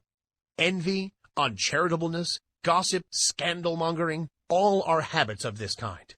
The seeds are in every human breast, and only need good soil and a little watering to become lusty and strong. Each time you give way to one of these negative emotions, the easier do you make it for a recurrence of the same thing, or similar ones. Sometimes, by encouraging one unworthy emotion, you find that you have given room for the growth of a whole family of these mental weeds. Now, this is not a good old orthodox preachment against the sin of bad thoughts. It is merely a calling of your attention to the law underlying the psychology of emotion. Nothing new about it. Old as the hills, so old that many of us have forgotten all about it. If you wish to manifest these constantly disagreeable and unpleasant traits, and to suffer the unhappiness that comes from them, by all means do so. That is your business and privilege. It's none of mine, and I am not preaching at you. It keeps me busy minding my own business and keeping an eye on my own undesirable habits and actions. I am merely telling you the law regarding the matter, and you may do the rest. If you wish to choke out these habits, there are two ways open to you. First, whenever you find yourself indulging in a negative thought or feeling, take hold of it and say to it firmly and vigorously, "Get out!" It won't like this at first and will bridle up, curve its back, and snarl like an offended cat. But never mind. Just say "scat" to it. The next time it will not be so confident and aggressive. It will have manifested a little of the fear habit. Each time you repress and choke out a tendency of this kind, the weaker it will become, and the stronger will your will be.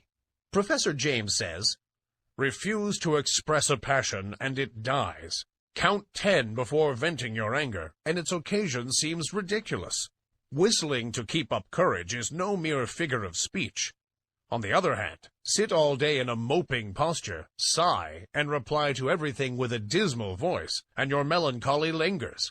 There is no more valuable precept in moral education than this, as all who have experience know.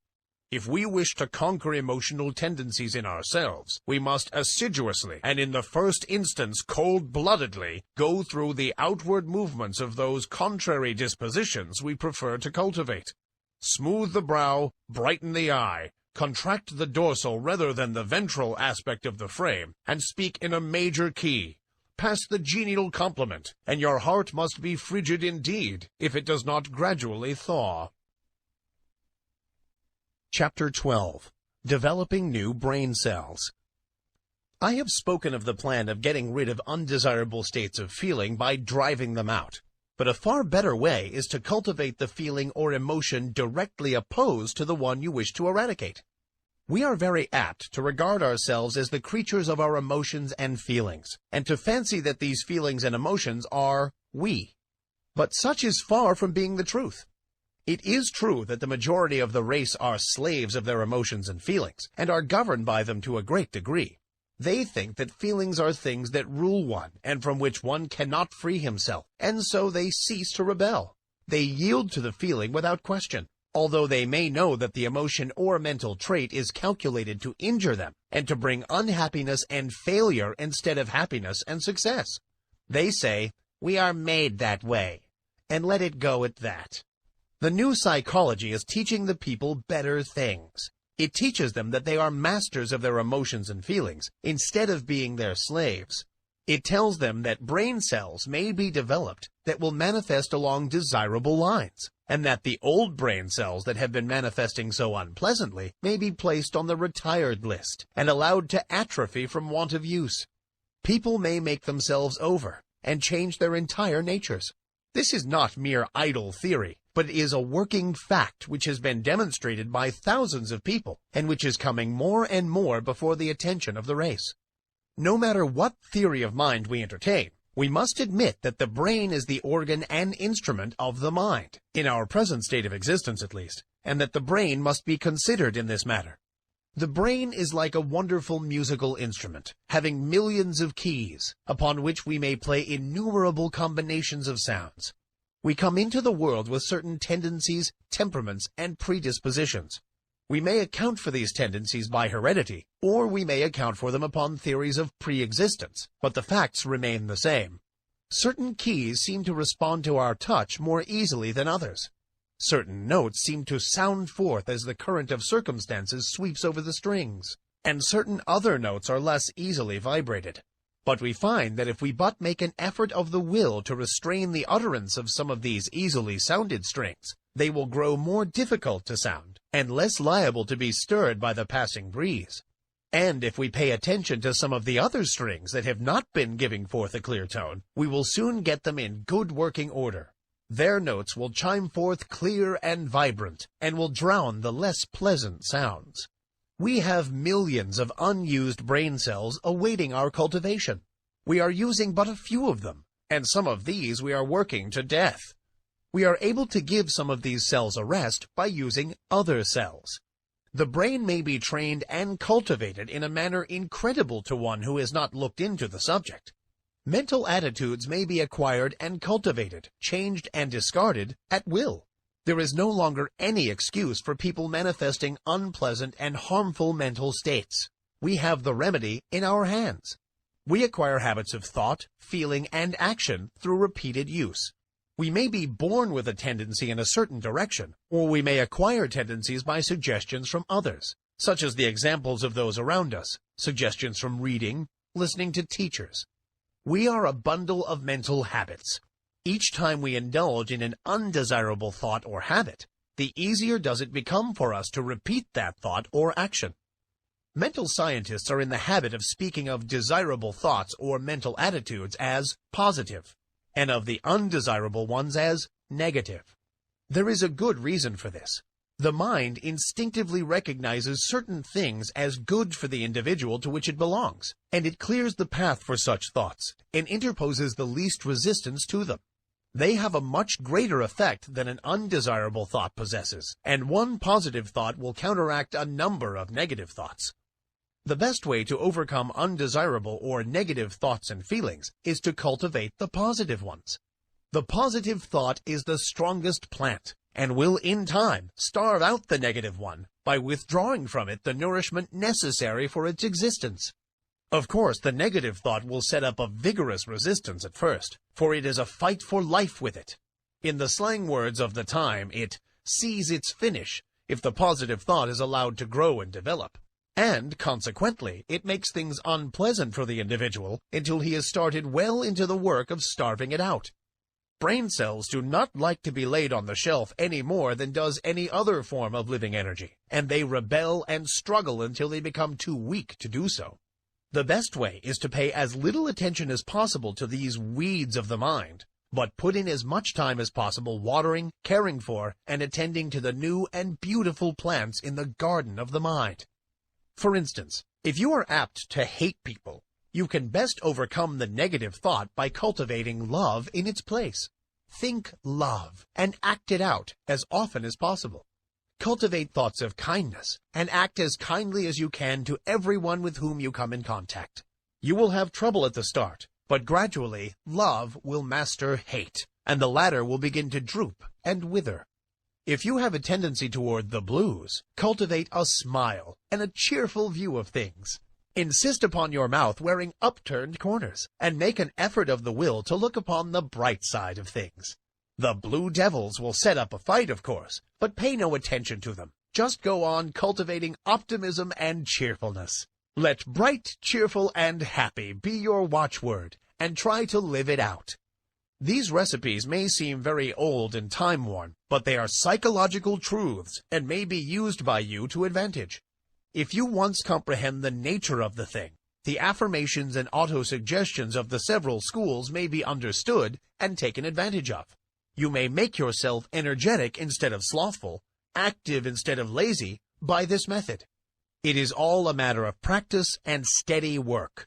New thought people often have much to say about holding the thought, and indeed, it is necessary to hold the thought in order to accomplish results. But something more is needed.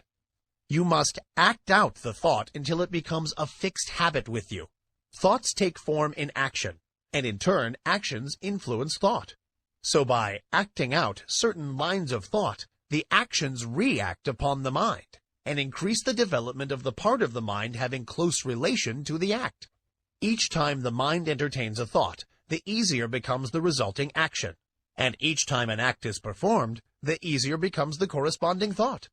So you see, the thing works both ways, action and reaction. If you feel cheerful and happy, it is very natural for you to laugh. And if you will laugh a little, you will begin to feel bright and cheerful. Do you see what I'm trying to get at? Here it is in a nutshell. If you wish to cultivate a certain habit of action, begin by cultivating the mental attitude corresponding to it. And as a means of cultivating that mental attitude, start in to act out or go through the motions of the act corresponding to the thought. Now, see if you cannot apply this rule. Take up something that you really feel should be done, but which you do not feel like doing. Cultivate the thought leading up to it. Say to yourself, I like to do so-and-so, and then go through the motions, cheerfully, remember, and act out the thought that you like to do the thing. Take an interest in the doing. Study out the best way to do it. Put brains into it. Take a pride in it. And you will find yourself doing the things with a considerable amount of pleasure and interest. You will have cultivated a new habit. If you prefer trying it on some mental trait of which you wish to be rid, it will work the same way. Start in to cultivate the opposite trait, and think it out and act it out for all you are worth. Then watch the change that will come over you. Don't be discouraged at the resistance you will encounter at first, but sing gaily, I can and I will, and get to work in earnest. The important thing in this work is to keep cheerful and interested. If you manage to do this, the rest will be easy. Chapter 13. The Attractive Power, Desire Force. We have discussed the necessity of getting rid of fear, that your desire may have full strength with which to work. Supposing that you have mastered this part of the task, or at least started on the road to mastery, I will now call your attention to another important branch of the subject. I allude to the subject of mental leaks. No, I don't mean the leakage arising from your failure to keep your own secrets. That is also important, but forms another story. The leakage I am now referring to is that occasioned by the habit of having the attention attracted to and distracted by every passing fancy. In order to attain a thing, it is necessary that the mind should fall in love with it and be conscious of its existence, almost to the exclusion of everything else. You must get in love with the thing you wish to attain, just as much as you would if you were to meet the girl or man you wish to marry. I do not mean that you should become a monomaniac upon the subject, and should lose all interest in everything else in the world. That won't do, for the mind must have recreation and change. But I do mean that you must be so set upon the desired thing that all else will seem of secondary importance. A man in love may be pleasant to everyone else, and may go through the duties and pleasures of life with good spirit. But underneath it all he is humming to himself, just one girl, and every one of his actions is bent toward getting that girl and making a comfortable home for her. Do you see what I mean? You must get in love with the thing you want, and you must get in love with it in earnest. None of this latter-day flirting, on today and off tomorrow sort of love, but the good old-fashioned kind, that used to make it impossible for a young man to get to sleep unless he took a walk around his best girl's house, just to be sure it was still there. That's the real kind. And the man or woman in search of success must make of that desired thing his ruling passion. He must keep his mind on the main chance. Success is jealous. That's why we speak of her as feminine. She demands a man's whole affection, and if he begins flirting with other fair charmers, she soon turns her back upon him. If a man allows his strong interest in the main chance to be sidetracked, he will be the loser. Mental force operates best when it is concentrated. You must give to the desired thing your best and most earnest thought. Just as the man who is thoroughly in love will think out plans and schemes whereby he may please the fair one, So will the man who is in love with his work or business give it his best thought, and the result will be that 101 plans will come into his field of consciousness, many of which are very important. The mind works on the subconscious plane, remember, and almost always along the lines of the ruling passion or desire. It will fix up things and patch together plans and schemes, and when you need them the most, it will pop them into your consciousness, and you will feel like hurrahing, just as if you had received some valuable aid from outside. But if you scatter your thought force, the subconscious mind will not know just how to please you, and the result is that you are apt to be put off from this source of aid and assistance. Beside this, you will miss the powerful result of concentrated thought in the conscious working out of the details of your plans. And then again, the man whose mind is full of a dozen interests fails to exert the attracting power that is manifested by the man of the one ruling passion. And he fails to draw to him persons, things, and results that will aid in the working out of his plans, and will also fail to place himself in the current of attraction, whereby he is brought into contact with those who will be glad to help him because of harmonious interests. I have noticed in my own affairs that when I would allow myself to be sidetracked by anything outside of my regular line of work, it would be only a short time before my receipts dropped off, and my business showed signs of a lack of vitality. Now, many may say that this was because I left undone some things that I would have done if my mind had been centered on the business. This is true, but I have noticed like results in cases where there was nothing to be done, cases in which the seed was sown and the crop was awaited. And in just such cases, as soon as I directed my thought to the matter, the seed began to sprout. I do not mean that I had to send out great mental waves with the idea of affecting people. Not a bit of it. I simply began to realize what a good thing I had, and how much people wanted it, and how glad they would be to know of it, and all that sort of thing. And lo, my thoughts seemed to vitalize the work, and the seed began to sprout. This is no mere fancy, for I have experienced it on several occasions. I have spoken to many others on the subject, and I find that our experiences tally perfectly. So don't get into the habit of permitting these mental leaks. Keep your desire fresh and active, and let it get in its work without interference from conflicting desires. Keep in love with the thing you wish to attain. Feed your fancy with it. See it as accomplished already, but don't lose your interest. Keep your eye on the main chance, and keep your one ruling passion strong and vigorous. Don't be a mental polygamist. One mental love is all that a man needs. That is, one at a time. Some scientists have claimed that something that might as well be called love is at the bottom of the whole of life. They claim that the love of the plant for water causes it to send forth its roots until the loved thing is found. They say that the love of the flower for the sun causes it to grow away from the dark places so that it may receive the light. The so-called chemical affinities are really a form of love. And desire is a manifestation of this universal life love. So I am not using a mere figure of speech when I tell you that you must love the thing you wish to attain. Nothing but intense love will enable you to surmount the many obstacles placed in your path. Nothing but that love will enable you to bear the burdens of the task. The more desire you have for a thing, the more you love it. And the more you love it, the greater will be the attractive force exerted toward its attainment, both within yourself and outside of you. So love but one thing at a time. Don't be a mental Mormon. Chapter 14. The Great Dynamic Forces. You have noticed the difference between the successful and strong men in any walk of life and the unsuccessful weak men around them. You are conscious of the widely differing characteristics of the two classes, but somehow find it difficult to express just in what the difference lies. Let us take a look at the matter. Burton said, "The longer I live, the more certain I am that the great difference between men, the feeble and the powerful, the great and the insignificant, is energy and invincible determination, a purpose once fixed, and then death or victory. That quality will do anything that can be done in this world, and no talents, no circumstances, no opportunities will make a two-legged creature a man without it." I do not see how the idea could be more clearly expressed than Burton has spoken. He has put his finger right in the center of the subject. His eye has seen into the heart of it. Energy and invincible determination. These two things will sweep away mighty barriers and will surmount the greatest obstacles. And yet they must be used together. Energy without determination will go to waste. Lots of men have plenty of energy. They are full to overflowing with it, and yet they lack concentration. They lack the concentrated force that enables them to bring their power to bear upon the right spot. Energy is not nearly so rare a thing as many imagine it to be.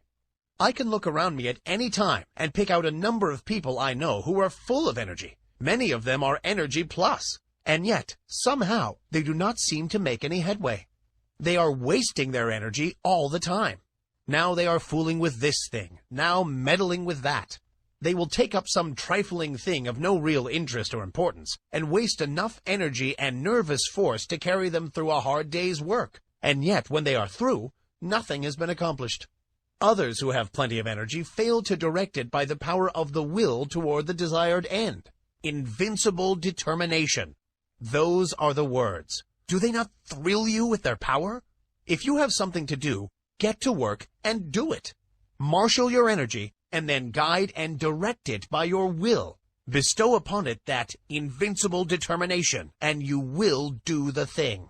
Everyone has within him a giant will, but the majority of us are too lazy to use it. We cannot get ourselves nerved up to the point at which we can say, truthfully, I will. If we can but pluck up our courage to that point, and then pin it in place so that it will not slip back, we will be able to call into play that wonderful power, the human will. Man, as a rule, has but the faintest conception of the power of the will, but those who have studied along the occult teachings know that the will is one of the great dynamic forces of the universe, and if harnessed and directed properly, it is capable of accomplishing almost miraculous things. Energy and invincible determination. Aren't they magnificent words? Commit them to memory. Press them like a die into the wax of your mind, and they will be a constant inspiration to you in hours of need. If you can get these words to vibrating in your being, you will be a giant among pygmies. Say these words over and over again, and see how you are filled with new life. See how your blood will circulate, how your nerves will tingle.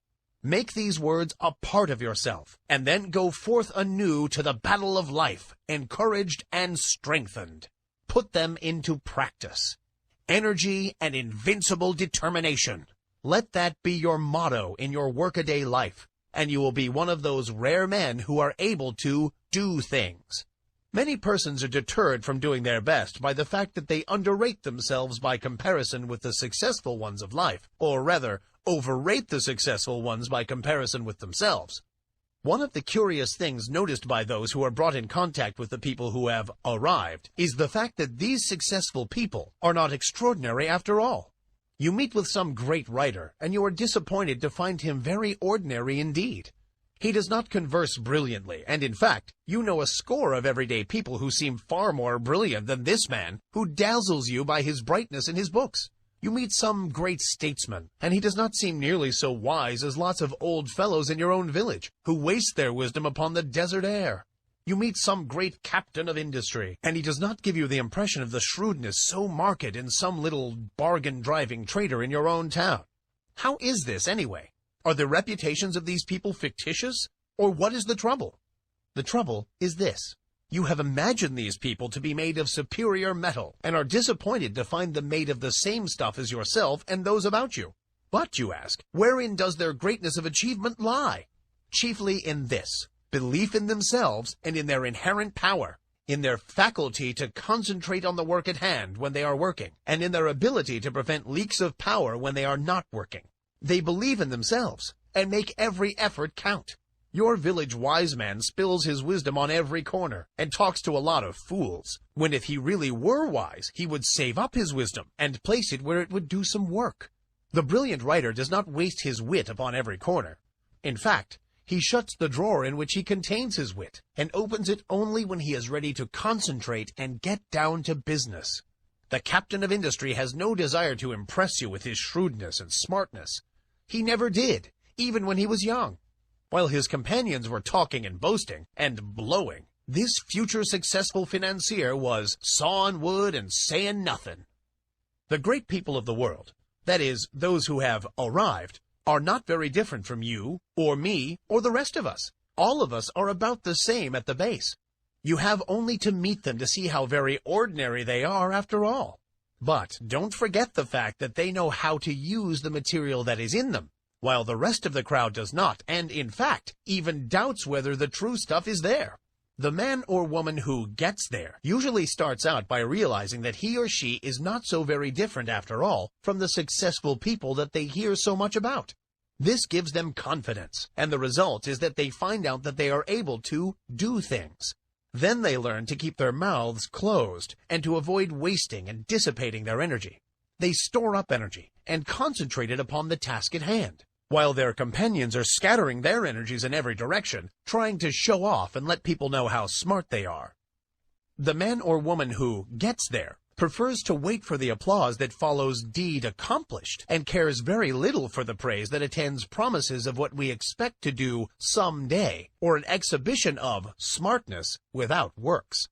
One of the reasons that people who are thrown in with successful men often manifest success themselves is that they are able to watch the successful man and sort of catch the trick of his greatness. They see that he is an everyday sort of man, but that he thoroughly believes in himself, and also that he does not waste energy, but reserves all his force for the actual tasks before him. And, profiting by example, they start to work and put the lesson into practice in their own lives.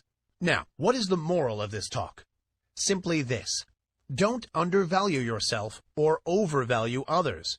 Realize that you are made of good stuff, and that locked within your mind are many good things. Then get to work and unfold those good things, and make something out of that good stuff. Do this by attention to the things before you, and by giving to each the best that is in you, knowing that plenty of more good things are in you, ready for the fresh tasks that will come. Put the best of yourself into the undertaking on hand, and do not cheat the present task in favor of some future one. Your supply is inexhaustible. And don't waste your good stuff on the crowd of gapers, watchers, and critics who are standing around watching you work. Save your good stuff for your job, and don't be in too much of a hurry for applause. Save up your good thoughts for copy if you are a writer. Save up your bright schemes for actual practice if you are a businessman. Save up your wisdom for occasion if you're a statesman. Avoid the desire to scatter your pearls before the gaping crowd that wants to be entertained by a free show. Nothing very high about this teaching, perhaps, but it is what many of you need very much. Stop fooling and get down to business. Stop wasting good raw material and start to work making something worthwhile. Chapter 15. Claiming Your Own. In a recent conversation, I was telling a woman to pluck up courage and to reach out for a certain good thing for which she had been longing for many years, and which at last appeared to be in sight. I told her that it looked as if her desire was about to be gratified, that the law of attraction was bringing it to her. She lacked faith and kept on repeating, "Oh, it's too good to be true. It's too good for me." She had not emerged from the worm of the dust stage, and although she was in sight of the promised land, she refused to enter it because it was too good for her. I think I succeeded in putting sufficient ginger into her to enable her to claim her own, for the last reports indicate that she is taking possession. But that is not what I wish to tell you. I want to call your attention to the fact that nothing is too good for you, no matter how great the thing may be, no matter how undeserving you may seem to be. You are entitled to the best there is, for it is your direct inheritance. So don't be afraid to ask, demand, and take. The good things of the world are not the portion of any favored sons. They belong to all, but they come only to those who are wise enough to recognize that the good things are theirs by right, and who are sufficiently courageous to reach out for them. Many good things are lost for want of the asking. Many splendid things are lost to you because of your feeling that you are unworthy of them. Many great things are lost to you because you lack the confidence and courage to demand and take possession of them. None but the brave deserves the fair, says the old adage, and the rule is true in all lines of human effort. But if you keep on repeating that you are unworthy of the good thing, that it is too good for you, the law will be apt to take you at your word and believe what you say. That's a peculiar thing about the law. It believes what you say. It takes you in earnest. So beware what you say to it, for it will be apt to give credence. Say to it that you are worthy of the best there is, and that there is nothing too good for you, and you will be likely to have the law take you in earnest and say, I guess he is right. I'm going to have to give him the whole bake shop if he wants it. He knows his rights, and what's the use of trying to deny it to him? But if you say, oh, it's too good for me, the law will probably say, well, I wouldn't wonder, but that is so. Surely he ought to know, and it isn't for me to contradict him. And so it goes. Why should anything be too good for you? Did you ever stop to think just what you are? You are a manifestation of the whole thing and have a perfect right to all there is. Or, if you prefer it this way, you are a child of the infinite and are heir to it all. You are telling the truth in either statement, or both. At any rate, no matter for what you ask, you are merely demanding your own. And the more in earnest you are about demanding it, the more confident you are of receiving it. The more will you use in reaching out for it, the surer you will be to obtain it. Strong desire, confident expectation, courage and action, these things bring to you your own. But before you put these forces into effect, you must awaken to a realization that you are merely asking for your own, and not for something to which you have no right or claim. So long as there exists in your mind the last sneaking bit of doubt as to your right to the things you want, you will be setting up a resistance to the operation of the law. You may demand as vigorously as you please, but you will lack the courage to act if you have a lingering doubt of your right to the thing you want. If you persist in regarding the desired thing as if it belonged to another instead of to yourself, you will be placing yourself in the position of the covetous or envious man, or even in the position of a tempted thief. In such a case, your mind will revolt at proceeding with the work, for it instinctively will recoil from the idea of taking what is not your own. The mind is honest. But when you realize that the best the universe holds belongs to you as a divine heir, and that there is enough for all without your robbing anyone else, then the friction is removed, and the barrier broken down, and the law proceeds to do its work. I do not believe in this humble business. This meek and lowly attitude does not appeal to me. There is no sense in it at all. The idea of making a virtue of such things, when man is the heir of the universe and is entitled to whatever he needs for his growth, happiness, and satisfaction. I do not mean that one should assume a blustering and domineering attitude of mind. That is also absurd, for true strength does not so exhibit itself. The blusterer is a self-confessed weakling. He blusters to disguise his weakness. The truly strong man is calm, self-contained, and carries with him a consciousness of strength which renders unnecessary the bluster and fuss of assumed strength. But get away from this hypnotism of humility, this meek and lowly attitude of mind. Remember the horrible example of Uriah Heep, and beware of imitating him. Throw back your head and look the world square in the face. There's nothing to be afraid of. The world is apt to be as much afraid of you as you are of it anyway. Be a man or woman, and not a crawling thing. And this applies to your mental attitude, as well as to your outward demeanor. Stop this crawling in your mind. See yourself as standing erect and facing life without fear, and you will gradually grow into your ideal. There is nothing that is too good for you. Not a thing. The best there is not beginning to be good enough for you, for there are still better things ahead. The best gift that the world has to offer is a mere bauble compared to the great things in the cosmos that await your coming of age. So don't be afraid to reach out for these playthings of life, these baubles of this plane of consciousness. Reach out for them. Grab a whole fistful. Play with them until you are tired. That's what they are made for anyway. They are made for our express use, not to look at, but to be played with if you desire. Help yourself. There's a whole shopful of these toys awaiting your desire, demand, and taking. Don't be bashful. Don't let me hear any more of this silly talk about things being too good for you. Pshaw! You have been like the Emperor's little son, thinking that the tin soldiers and toy drum were far too good for him, and refusing to reach out for them. But you don't find this trouble with children as a rule. They instinctively recognize that nothing is too good for them. They want all that is in sight to play with, and they seem to feel that the things are theirs by right. And that is the condition of mind that we seekers after the divine adventure must cultivate. Unless we become as little children, we cannot enter the kingdom of heaven. The things we see around us are the playthings of the kindergarten of God, playthings which we use in our game tasks. Help yourself to them. Ask for them without bashfulness. Demand as many as you can make use of. They are yours. And if you don't see just what you want, ask for it. There's a big reserve stock on the shelves and in the closets. Play, play, play to your heart's content. Learn to weave mats, to build houses with the blocks, to stitch outlines on the squares. Play the game through and play it well, and demand all the proper materials for the play. Don't be bashful. There's enough to go around. But remember this, while all this be true, the best things are still only game things. Toys, blocks, mats, cubes, and all the rest. Useful, most useful for the learning of the lessons. Pleasant, most pleasant with which to play. And desirable, most desirable for these purposes. Get all the fun and profit out of the use of things that is possible. Throw yourself heartily into the game and play it out. It is good. But here's the thing to remember. Never lose sight of the fact that these good things are but playthings, part of the game, and you must be perfectly willing to lay them aside when the time comes to pass into the next class, and not cry and mourn because you must leave your playthings behind you. Do not allow yourself to become unduly attached to them.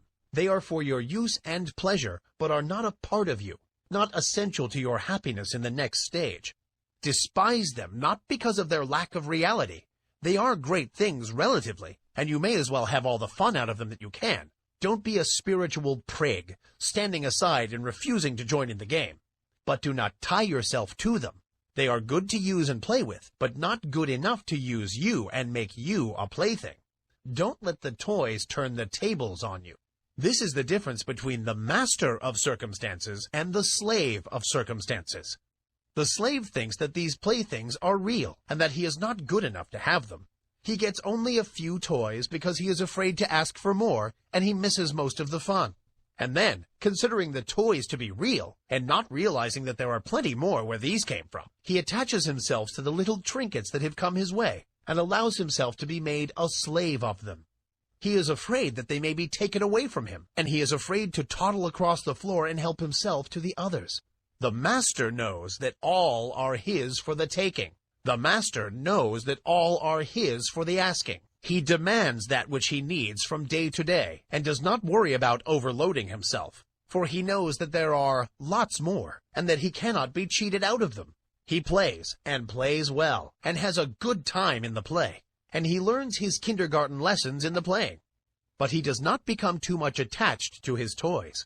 He is willing to fling away the worn-out toys and reach out for a new one. And when he is called into the next room for promotion, he drops on the floor the worn-out toys of the day, and with glistening eyes and confident attitude of mind, marches into the next room, into the great unknown, with a smile on his face.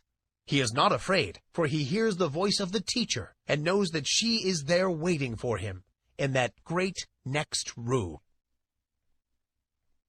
Chapter 16. Law, Not Chance. Some time ago I was talking to a man about the attractive power of thought. He said that he did not believe that thought could attract anything to him, and that it was all a matter of luck. He had found, he said, that ill luck relentlessly pursued him, and that everything he touched went wrong. It always had and always would, and he had grown to expect it. When he undertook a new thing, he knew beforehand that it would go wrong and that no good would come of it. Oh, no! There wasn't anything in the theory of attractive thought so far as he could see. It was all a matter of luck. This man failed to see that by his own confession he was giving a most convincing argument in favor of the law of attraction. He was testifying that he was always expecting things to go wrong, and that they always came about as he expected. He was a magnificent illustration of the law of attraction, but he didn't know it, and no argument seemed to make the matter clear to him. He was up against it, and there was no way out of it. He always expected the ill luck, and every occurrence proved that he was right, and that the mental science position was all nonsense. There are many people who seem to think that the only way in which the law of attraction operates is when one wishes hard, strong, and steady. They do not seem to realize that a strong belief is as efficacious as a strong wish. The successful man believes in himself and his ultimate success, and, paying no attention to little setbacks, stumbles, tumbles, and slips, presses on eagerly to the goal, believing all the time that he will get there.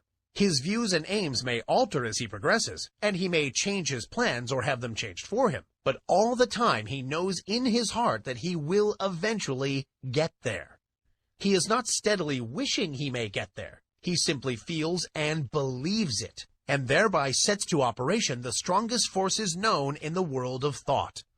The man who just as steadily believes he is going to fail will invariably fail. How could he help it? There is no special miracle about it. Everything he does, thinks, and says is tinctured with the thought of failure.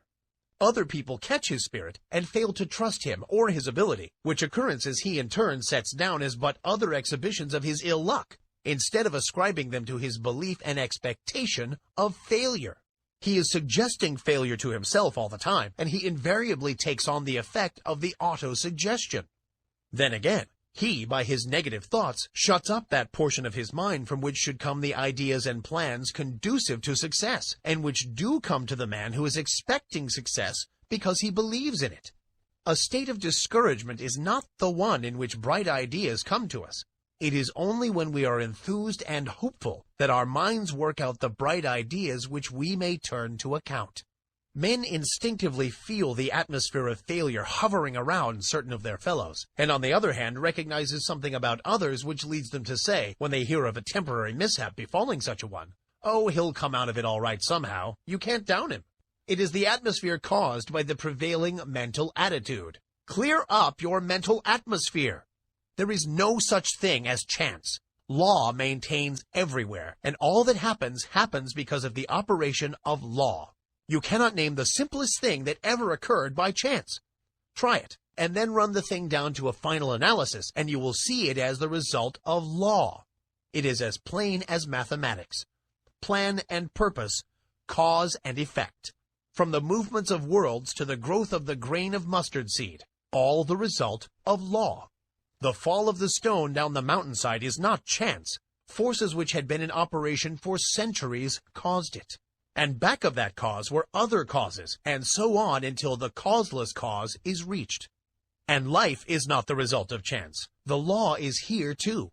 The law is in full operation whether you know it or not, whether you believe in it or not.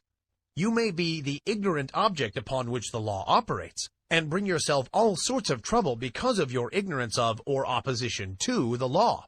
Or you may fall in with the operations to the law, get into its current as it were, and life will seem a far different thing to you. You cannot get outside of the law by refusing to have anything to do with it. You are at liberty to oppose it and produce all the friction you wish to.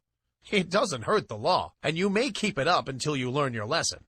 The law of thought attraction is one name for the law, or rather for one manifestation of it. Again, I say, your thoughts are real things. They go forth from you in all directions, combining with thoughts of like kind, opposing thoughts of a different character, forming combinations, going where they are attracted, flying away from thought centers opposing them.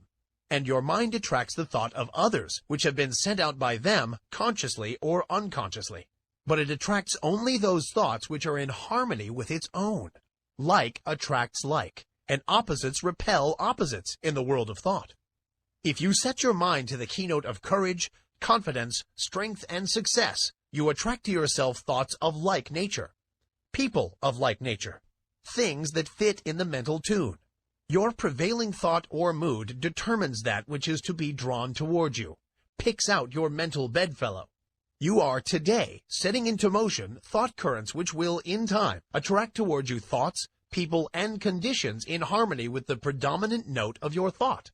Your thought will mingle with that of others of like nature and mind, and you will be attracted toward each other, and will surely come together with a common purpose sooner or later, unless one or the other of you should change the current of his thoughts. Fall in with the operations of the law. Make it a part of yourself. Get into its currents. Maintain your poise. Set your mind to the keynote of courage, confidence, and success. Get in touch with all the thoughts of that kind that are emanating every hour from hundreds of minds.